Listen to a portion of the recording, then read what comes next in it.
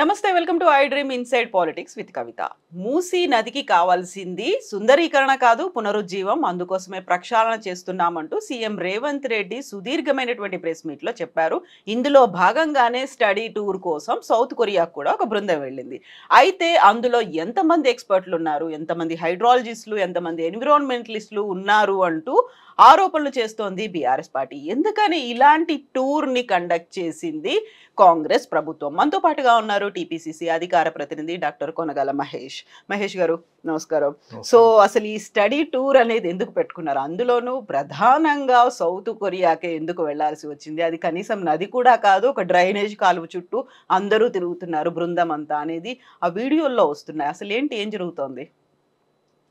కవిత గారు, తెలంగాణకు ఎస్పెషలీ హైదరాబాద్ రాజధానిగా ఉన్న హైదరాబాద్ మహానగరానికి city of lakes and rocks అనే పేరు ఉండే. అంటే ఎటు చూసినా కొండలు గుట్టలు, ఎటు చూసినా చెరువులు కుంటలు, మధ్య నుంచి పారే ఒక మూసీ నది.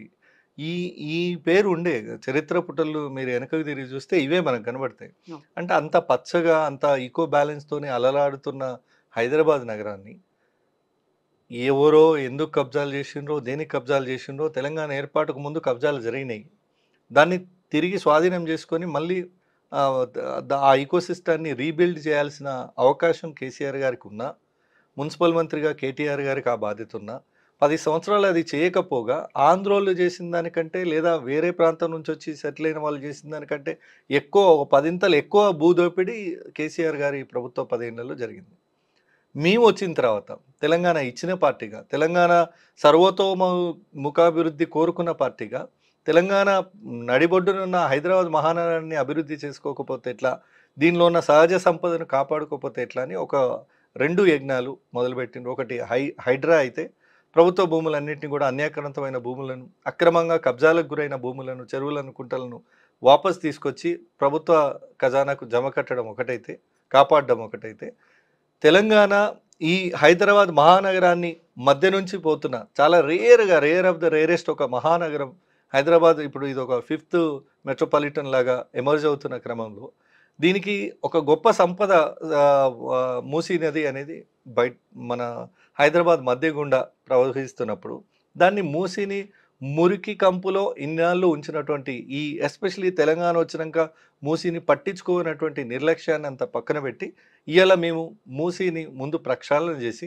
దాన్ని స్వచ్ఛమైన నీటితో మూసీ ప్రవహించేటట్టుగా, చుట్టూ ప్రకృతి అందాలు వచ్చేటట్టుగా, తద్వారా మనం పర్యాటకుల్ని ఆకర్షించినా, ఏదైనా వాణిజ్య కార్యకలాపాలు చేసినా, లేదా మూసీ ఒక యాజ్ ఎ సిటీగా ఒక అట్రాక్టివ్ ప్లేస్ ఫర్ ఇన్వెస్ట్మెంట్ అన్నట్టుగా హైదరాబాద్ను డెవలప్ చేసినా ఇది అవసరం అని చెప్పి మూసీ ప్రక్షాళన అనే ఒక మహాయజ్ఞాన్ని రేవంత్ రెడ్డి గారు మొదలుపెట్టిండ్రు. మొదలుపెట్టిన క్రమంలోనే దాని యొక్క లక్ష్యాలను అర్థం చేసుకోక, ఏ కార్యక్రమం చేసినా దానిలో కమిషన్ల కక్కుర్తికి అలవాటు పడిన కొంతమంది పందికొక్కులు దాన్ని తప్పుబట్టే కార్యక్రమం చేస్తున్నారు. ప్రజలకు కూడా లేనిపోని అపోహలు సృష్టించే కార్యక్రమం చేస్తున్నారు. మూసి మురికి కంపును ఏండ్ల కొద్దీ అనుభవిస్తున్నటువంటి ప్రజలకు విముక్తి చేసి వాళ్ళందరికీ కూడా డబుల్ బెడ్రూమ్ ఇల్లు కేటాయించి వాళ్ళను అక్కడి నుంచి రీహాబిలిటేట్ చేసిన తర్వాత దాన్ని క్లీన్ చేయాలనేది మా లక్ష్యం ఉండే. వాళ్ళని ఎగబెట్టి కొంతమంది యూట్యూబ్ ఛానళ్ళు ఎక్కువ తిడితే 5,000, కొంచెం మీడియంగా తిడితే 3,000 ఇస్తామని చెప్పి తిట్టించిన వాళ్ళందరూ కూడా, మా ప్రభుత్వాన్ని, మా పార్టీలను, మా నాయకుడిని తిట్టిన వాళ్ళందరూ కూడా ఇలా క్షమాపణలు చెప్పి మేము ఇంత మంచి డబుల్ బెడ్రూమ్ ఇస్తారని మేము ఊహించలేదు, అనవసరంగా అపార్థం చేసుకున్నామని ఈరోజు క్షమాపణలు చెప్తున్నారు అక్కడో ఇక్కడ కొంతమంది ఎవరైనా తిడితే. సో అట్లాంటి కుట్రలు చేస్తున్న వీళ్ళందరికీ సమాధానం ఇచ్చేటట్టుగా మొన్న రేవంత్ రెడ్డి గారు చాలా క్లియర్ ప్రజెంటేషన్ ఇచ్చింది. తో పాటుగా నది మా నగరం మధ్యలో మురికి కంపే పోవాలనే ఈ మురికి బుద్ధులందరికీ బుద్ధి చెప్పాలనే ఉద్దేశంతో ఇలా దక్షిణ కొరియాలో జరుగుతున్నటువంటి పర్యటన. వాళ్ళు ఏమంటారు, దక్షిణ కొరియాలోని సియోల్ అనే నగరంలో చింగ్సియాన్ అనే ఒక నది అది మురికి కాలువ కాదు, నది ఆ సిటీ మధ్య నుంచి పోతుంటే దాన్ని డెవలప్ చేసి ఆ ప్యూర్ వాటర్ని ఒక టూరిజం ఫ్రెండ్లీ అట్మాస్ఫియర్ దాని చుట్టూ బిల్డ్ చేసి, దాని చుట్టూ కమర్షియల్ యాక్టివిటీస్ ఎట్లా జరుగుతున్నాయి, డెవలప్మెంట్ యాక్టివిటీస్ ఎట్లా జరుగుతున్నాయి అవన్నీ కూడా చూపించి, ఇక్కడ కొంతమంది కళ్ళున్నా చూడలేని పింక్ కబోదులను, కాషాయ కబోదులను వాళ్ళ కళ్ళద్దాలు తీసి చూపించే ప్రయత్నమే ఈ అధికారిక పర్యటన. దీని మీద కూడా కోడిగుడ్డు మీద ఈకలు బీకేటువంటి ప్రయత్నం కొంతమంది మూర్ఖులు చేస్తున్నారు. వాళ్ళకు కూడా నేను సమాధానం చెప్తాను. ఇప్పుడు అధికారిక పర్యటన అన్నారు, అందులో ఉన్న వాళ్ళందరూ అధికార ప్రతినిధులు ఉన్నారు, లేకుంటే ప్రజాప్రతినిధులు ఉన్నారు, కొంతమంది జర్నలిస్టులు ఉన్నారు. వాళ్ళు ఇలాంటి డౌట్స్ అన్నిటిని నివృత్తి చేయగలిగినటువంటి ఎక్స్‌పర్ట్స్ ఎంతమంది ఉన్నారు ఇప్పుడు అనేటువంటిది. దాంట్లో ఎక్స్‌పర్ట్స్ అంటే గతంలో గూడా పర్యటనలు జరిగినాయి కవిత గారు. మీరు 10 ఏళ్ల పాలనను చాలా దగ్గర నుంచి చూసిండ్రు. కేటీఆర్ పర్యటనలో కేటీఆర్ చిన్ననాటి దోస్తు చెడ్డీ బనియన్ దోస్తు శ్రీనివాస్ రెడ్డికి ఏం పనండి? ఆయన ఎక్స్‌పర్టా? మైటా తేజాకి ఏం అవసరం అండి? ఆయన ఎందుకు పోవాల్సొచ్చింది? కేటీఆర్ బామ్మర్దులకి ఏం అవసరం అండి? వాళ్ళెందుకు పోవాల్సొచ్చింది? అంటే ఒక 45 దేశాలు ఏ ఎక్స్‌పర్ట్స్‌తోని తిరిగిండు? అంటే కేటీఆరే ఎన్విరాన్మెంటల్ ఎక్స్‌పర్టు, కేటీఆరే ఇండస్ట్రీ ఎక్స్‌పర్టు, కేటీఆరే యూనో ఏ ఏ పర్యటనకు పోతే ఆ ఎక్స్‌పర్ట్ అయిపోయిండా ఆ రోజు? మేమేమంటున్నాము, కవిత గారు దయచేసి ఈ ఉద్దేశాన్ని అపార్థం చేసుకొని తప్పుగా ప్రచారం చేయాలనే కొన్ని శక్తులకు చెప్తున్నాను నేను. తెలంగాణ ప్రజలను కూడా అర్థం చేసుకోమని కోరుతున్నా. మూసీ ప్రక్షాళన కోసం మేము పెట్టిన బడ్జెట్ కేవలం 141 కోట్లు మాత్రమే. అట్లాంటి దాన్ని 1,50,000 కోట్లని తప్పుగా ప్రచారం చేసి ఇక్కడేదో అవినీతి జరిగిందని చెప్పే ప్రయత్నం ఏదైతే వాళ్ళు చేశారో దాన్ని ఖండించడానికి ఇలా తీసుకుపోయి చూపిస్తున్నాం. అంటే మూసీని ప్రక్షాళన చేసుకుంటే ఎంత బాగుంటది. ఒక సిటీ మధ్య నుంచి నది పోవడం అనేది మనకొక వరం. హైదరాబాద్‌కు మూసీ అనేది ఒక వరం. ఇయాల శాపం అది. అదొక మురికి కూపము అని చెప్పబడుతున్న మూసీని మనకు వరమని చెప్పడానికి కావాల్సిన హంగు ఆర్భాటాలు ఎట్లుంటాయి? ప్రక్షాళన చేసిన తర్వాత ఆ ఏరియా అభివృద్ధి ఎట్లా జరుగుతది? ఆ నగరానికి గుర్తింపు ఎట్లొస్తదని చెప్పి చూపించడానికే ఈరోజు పోయినటువంటి టూర్. దానిలో మా ప్రభుత్వ సలహాదారు గారున్నారు. డెఫినిట్‌గా వారు ప్రభుత్వంలో భాగం. ఎవరున్నారు? ఎమ్మెల్యేలున్నారు. ప్రకాష్ గౌడ్ గారు గానీ, కాళీ యాదయ్య గారు గానీ, తర్వాత మన హైదరాబాద్ ఇన్ఛార్జ్ మినిస్టర్ పొన్నం ప్రభాకర్ గారున్నారు. హైదరాబాద్ మేయర్ ఉన్నారు. హైదరాబాద్ డిప్యూటీ మేయర్ ఉన్నారు. కొంతమంది జర్నలిస్టులున్నారు. పొంగులేటి కూడా ఉన్నారు. పొంగులేటి గారు మా రెవెన్యూ శాఖ మంత్రివర్యులున్నారు. కాకుంటే అండ్ వీళ్ళంతా రిలీజ్ అయినటువంటి అఫీషియల్ జీవోలో ఈ అన్ని పేర్లు లేవు కదా! ఒక జీవో రిలీజ్ చేశారు. అందులో ఇంత నేనేమంటాను, మన చేతికొచ్చిందే జీవో కాదు కదండీ. జీవోలయితే రిలీజ్ అయినాయి. వీళ్ళందరూ పోయినరు. టీవీ జర్నలిస్టులు అందరిని తీసుకుపోయినాం.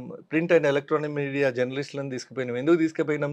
మా యొక్క ఉద్దేశము వీళ్ళ కళ్ళకు కట్టినట్టు చూపిస్తే రేపొద్దున ఇట్లాంటి ఏమంటారు కుట్రదారులు హైదరాబాద్ బ్రాండ్ ఇమేజ్‌ని దెబ్బతీయాలని కంకణం కట్టుకొని పనిచేస్తున్న కేటీఆర్ అండ్ కేటీఆర్ పెయిడ్ బ్యాచ్‌కు లేదా కిషన్ రెడ్డి అండ్ బండి సంజయ్ పెయిడ్ బ్యాచ్‌కు బుద్ధి చెప్పాలి. మీరుగానే అట్లాంటి వాటికుంటే కాదు మేము చూసినామని సమాధానం ప్రత్యక్షంగా మేము కళ్ళతో చూసినామండి. మీరేం మాట్లాడుతున్నారు అబద్ధాలని ఎక్కడికక్కడ నిలదీస్తారని తీసుకుపోయినాం. వాస్తవాలను చూపించడానికే తీసుకుపోయినాం. పారదర్శకంగా తీసుకుపోయినాం. ఒకవేళ నిజంగా ఇదేదైనా ఒక ఏమంటారు unlike any other tourist place అని అనుకుంటే మీడియా వాళ్ళని ఎందుకు తీసుకుపోతాం?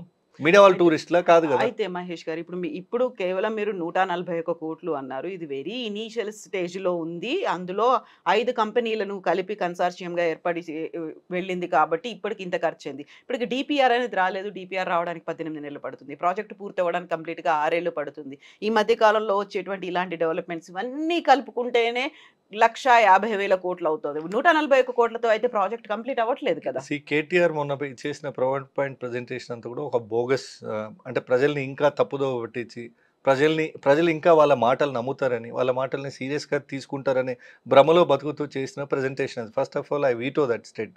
ఆ ప్రెజెంటేషన్ తప్పుపడుతున్నాను నేను. తెలంగాణ ప్రజల్ని మళ్ళీ తప్పుదారిలో నడిపించడానికి చేస్తున్నటువంటి కుట్ర అది. హైదరాబాద్ బ్రాండ్ ఇమేజ్‌ని దెబ్బతీయడానికి జరుగుతున్నటువంటి కుట్ర. దాదాపు అధికారం చేపట్టిన సంవత్సరం కాలేదు. 8, 9 నెలల్లోనే దగ్గర దగ్గర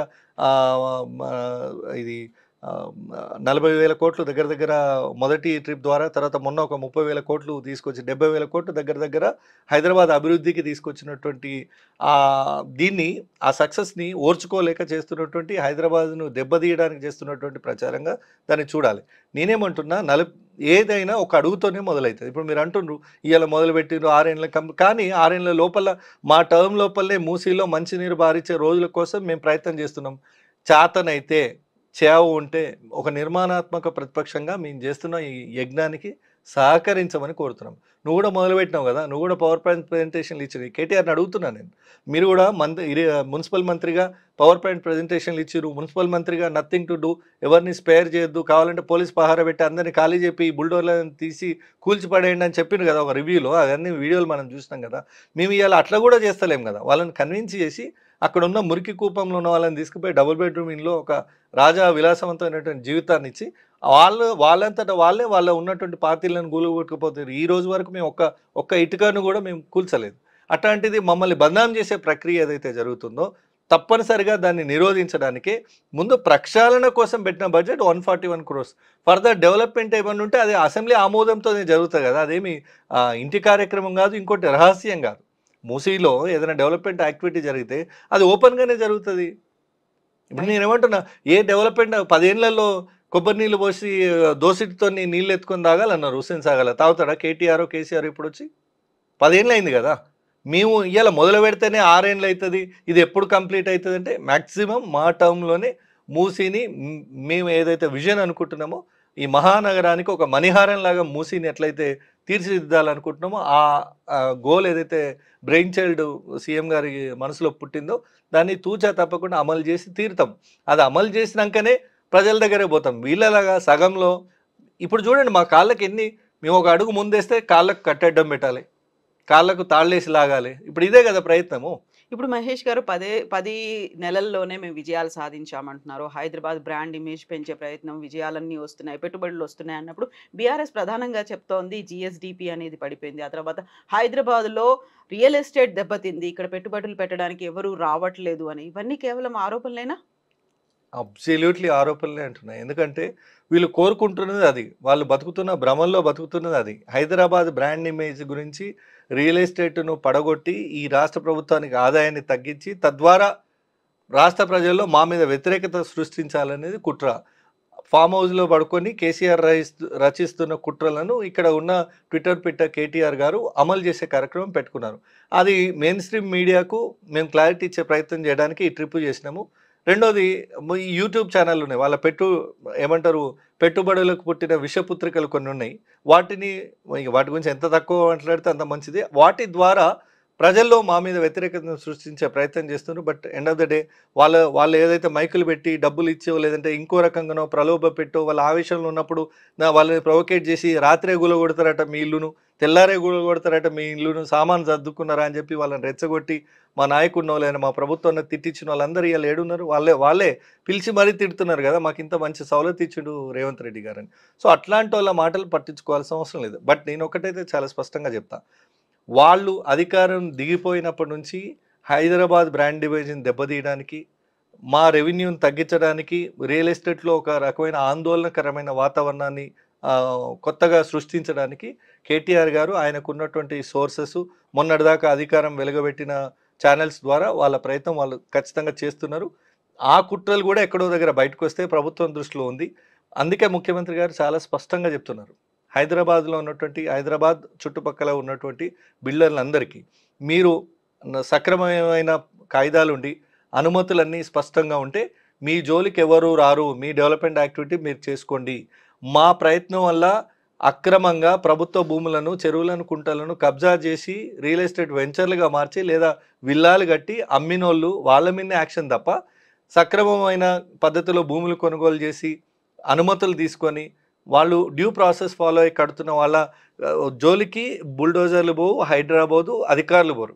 ఎవరైతే అక్రమార్కులు ఉన్నారో డెఫినెట్గా వాళ్ళ గుండెల్లో నిద్రపోతుంది హైదరాబాద్. దానిలో అయితే రెండో మాట ఏం లేదు. మహేష్ గారు, ఇప్పుడు మూసీని తెర మీదకు తీసుకురావడం 1,50,000 కోట్లు అనే ప్రచారం, దీంట్లో భాగంగా ముందు నుంచి చెప్తున్నాడు కేటీఆర్ 25,000 కోట్లని ఏఐసిసికి అందించే ప్రయత్నం, ఇతర రాష్ట్రాల కోసం మన తరఫున డొనేషన్లు వెళ్తున్నాయని. ఇప్పుడు కూడా మొన్న జరిగినటువంటి పవర్ పాయింట్ ప్రెజెంటేషన్లో అదే మాట చెప్పారు, ఇక్కడ నుంచి డబ్బు సంచులు వెళ్తున్నాయి అనే మాట.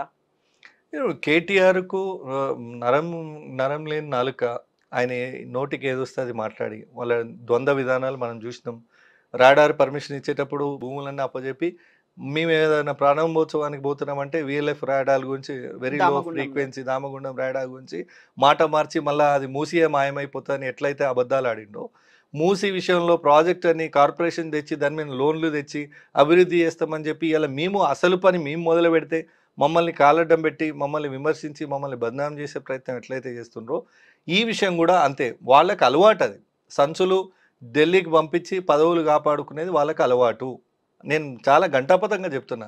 లేకపోతే 1,00,000 కోట్ల అవినీతి జరిగినప్పుడు కాళేశ్వరం విషయంలో కేంద్రం ఎందుకు జోక్యం చేసుకోలేదండి? కేంద్ర జలవనరుల శాఖ మంత్రి సాక్షాత్తు పార్లమెంట్లో అవినీతి జరగలేదని స్టేట్మెంట్ చేయడానికి వీళ్ళు ఎంత ఇచ్చిండ్రు? అంతేందుకు కాళేశ్వరం కట్టిండ్రు, దానిలో అవినీతి జరిగింది, కళ్ళ ముంగట కనబడుతుంది, దానికి సాక్ష్యాల ఆధారాలు అవసరం లేదు, ప్రాజెక్ట్ అయితే పనికి రాకుండా పోయింది, బిందెడు నీళ్ళు ఎత్తి పోసే పరిస్థితిలో లేదు. అట్లాంటి ప్రాజెక్టు కట్టిన కాంట్రాక్టర్ వీళ్ళ అకౌంట్కు, బీజేపీ అకౌంట్కి ఎన్ని వందల కోట్లు ఇచ్చిండు, బీఆర్ఎస్ అకౌంట్కి ఎన్ని వందల కోట్లు ఇచ్చిండో తీస్తే తెలుస్తుంది కదా ఎవడు సంచులు మోస్తాడో. వాళ్ళ సోదరి కవితను లిక్కర్ కేసుల నుంచి బయటకు రావడానికి 4 రోజులు చీకట్లో రాజకీయం చేసిండు కదా ఢిల్లీలో. ఎన్ని వందల కోట్లు ఇచ్చి, ఎన్ని మూటలు మోసి, ఎన్ని సంచులు మోసి, ఎన్ని చెప్పులు మోసి బెయిల్ తీసుకొచ్చుకున్నాడు. ఇవన్నీ తెలంగాణ ప్రజలు చర్చించుకుంటలేరా? ఎట్లా ఒక్క రాహుల్ గాంధీ గారి మీద మాట్లాడడానికి కేసీఆర్కే తక్కువ అర్హత ఉంది అనుకోవాలి, అట్లాంటిది కేటీఆర్ మాట్లాడితే ఎట్లా చెప్పండి? రాహుల్ గాంధీ గారు కేటీఆర్ను నడవమను, తెలంగాణలో ఈ మూల నుంచి ఆ మూల దాకా చూద్దాం ఎట్లుంటుందో పరిస్థితి, ఎట్లుంటుందో చూద్దాం. ఏ అడుగడుగున ప్రజలు వాళ్ళు పడ్డ అవస్థలు 10 ఏళ్ల పాలనలో ఎట్లా తీసుకొచ్చి చెప్తారు, ఎట్లా తిప్పి పంపిస్తారో చూద్దాం. అట్లాంటిది కన్యాకుమారి నుంచి కాశ్మీర్ దాకా, బెంగాల్ నుంచి మణిపూర్ నుంచి మహారాష్ట్ర దాకా ఎట్లా నడిచిండండి రాహుల్ గాంధీ గారు? సో నేనేమంటున్నా, ఆయన ఒక దిక్కు ప్రజల సమస్యలో భాగమై ఒక ప్రపంచ స్థాయిలో ఒక గుర్తింపు పొందిన నేతగా ఆయన ఎదుగుతుంటే, తండ్రి చాటు బిడ్డలాగా రాజకీయం చేసుకుంటా ఇలా 4 రోజులు తండ్రిని రెస్ట్ తీసుకోమని ఆయన రాజకీయం నడుపుతూ, కేసీఆర్ గారు ఎందుకు వస్తలేరు? ప్రధాన ప్రతిపక్ష నేత కదా, ప్రజల ముందుకు ఎందుకు వచ్చి ప్రెస్ మీట్లలో ఇస్తున్నారు కాబట్టి 1 year పాలన చూసిన తర్వాత మాకు 1 year టైం ఇస్తలేరు. కేసీఆర్ గారు ఫామ్ హౌస్లో పడుకుంటేనే కేటీఆర్ ఎలివేట్ అవుతాడు కాబట్టి క్యాడర్ అందరు కూడా కేటీఆర్ వెనుక ర్యాలీ చేసి రేపు మాపో హరీష్ రావు గారి మీద కూడా ఏదో చర్యలు ఉంటాయట, చూడాలి అవి ఎట్టుంటాయో. సో అట్లా హరీష్ రావు గారిని వాళ్ళ పార్టీలో డౌన్ చేసి కేటీఆర్ను పెంచాలంటే ఆయన దూరం ఉండాలి. ఇప్పుడు కేసీఆర్ వచ్చి కూర్చుంటే కేటీఆర్ ఎక్కడ కూర్చోవాలి? బ్యాక్ బెంచ్లోనే కదా కూర్చోవాలి. సో కేసీఆరే లేకుండా కొన్ని రోజులు సైలెంట్గా ఉంటే కేటీఆర్ ఫ్రంట్ బెంచ్కి వస్తాడు కదా, అదే ప్రయత్నం చేస్తుండే. అట్లా నాయనని అడ్డం పెట్టుకొని రాజకీయం చేసి, తెలంగాణ సెంటిమెంట్ని అడ్డం పెట్టుకొని గెలిచి, తెలంగాణ సెంటిమెంట్ పేరుతోని అమరవీరుల సమాధుల మీద కుర్చీలు వేసుకొని కూర్చొని రాజకీయం చేసే వీళ్లకు త్యాగాలు చేసిన గాంధీ కుటుంబాన్ని విమర్శించే అర్హత ఉందా అని నేను అడుగుతున్నా.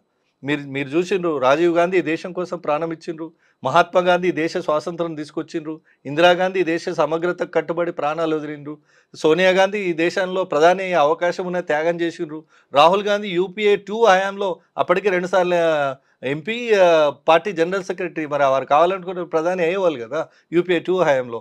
మన్మోహన్ సింగ్ గారు కూడా రెడీగా ఉండరు. అట్లా ఆయనే చాలాసార్లు అన్నారు, రాహుల్ గాంధీ గారు మా చైర్ తీసుకుంటే ఐ విల్ బీ హ్యాపీ అని. సో అట్లాంటి ఒక ఎక్కడో విదేశాల్లో యూనివర్సిటీలో చదువుకొని వచ్చిన ఆయనను పట్టుకొని ఈ చిల్లర రాజకీయాలకు లేదా ఇక్కడ నుంచి డబ్బు పంపించడానికి మేము వేసినామని ఈయన కళల్లోనో లేదంటే ఊహల్లోనో లేదా గత స్మృతులను మర్చిపోకనో ఆయన అధికారంలో ఉన్నప్పుడు బీహార్ ఎన్నికలప్పుడో లేదంటే గుజరాత్ ఎన్నికలప్పుడో ఎంతెంత సంచులు మోసిండో గుర్తొచ్చే ఈ రకమైన మాటలు మాట్లాడుతున్నట్టుగా చూడాలి. కానీ కేటీఆర్ మాటలకు పెద్దగా విలువ ఉందండి తెలంగాణ రాష్ట్రంలో? మీరు హానెస్ట్గా చెప్పండి, ఎవరు నమ్ముతారు కేటీఆర్ మాటల్ని? ఎందుకు నమ్మరు? 10 ఏళ్ల పాటు ఉన్నారు, అంతకుముందు ఉద్యమం. 10 ఏళ్ల పాటు తెలంగాణని ఎంత దోపిడీ చేసిండనేది కళ్ళకు గట్టినట్టు కనబడుతుంది కదా. మిగులు బడ్జెట్ తో మొదలైన రాష్ట్రాన్ని 7.5 లక్షల కోట్ల అప్పులకు తీసుకుపోయిందండి. ఆయననే ఎవరు నమ్ముతారు? మార్పు కావాలని మిమ్మల్ని తీసుకొచ్చిన తర్వాత ఆ మార్పు చూపించడానికి ఎంత కాలం పడుతుంది మరి మీకు? ప్రజల్లో కనబడతలేదా మార్పు? మొదటి రోజే ఇటు ప్రమాణ స్వీకారం అవుతుంటే అటు ప్రగతి భవన్ గోడలు బద్దలు కొట్టి, గడిల గోడలు బద్దలు కొట్టి సంఖ్యలు తీసేసి ప్రజల కోసం ఓపెన్ చేసినాము. అదే మొదటి మార్పు.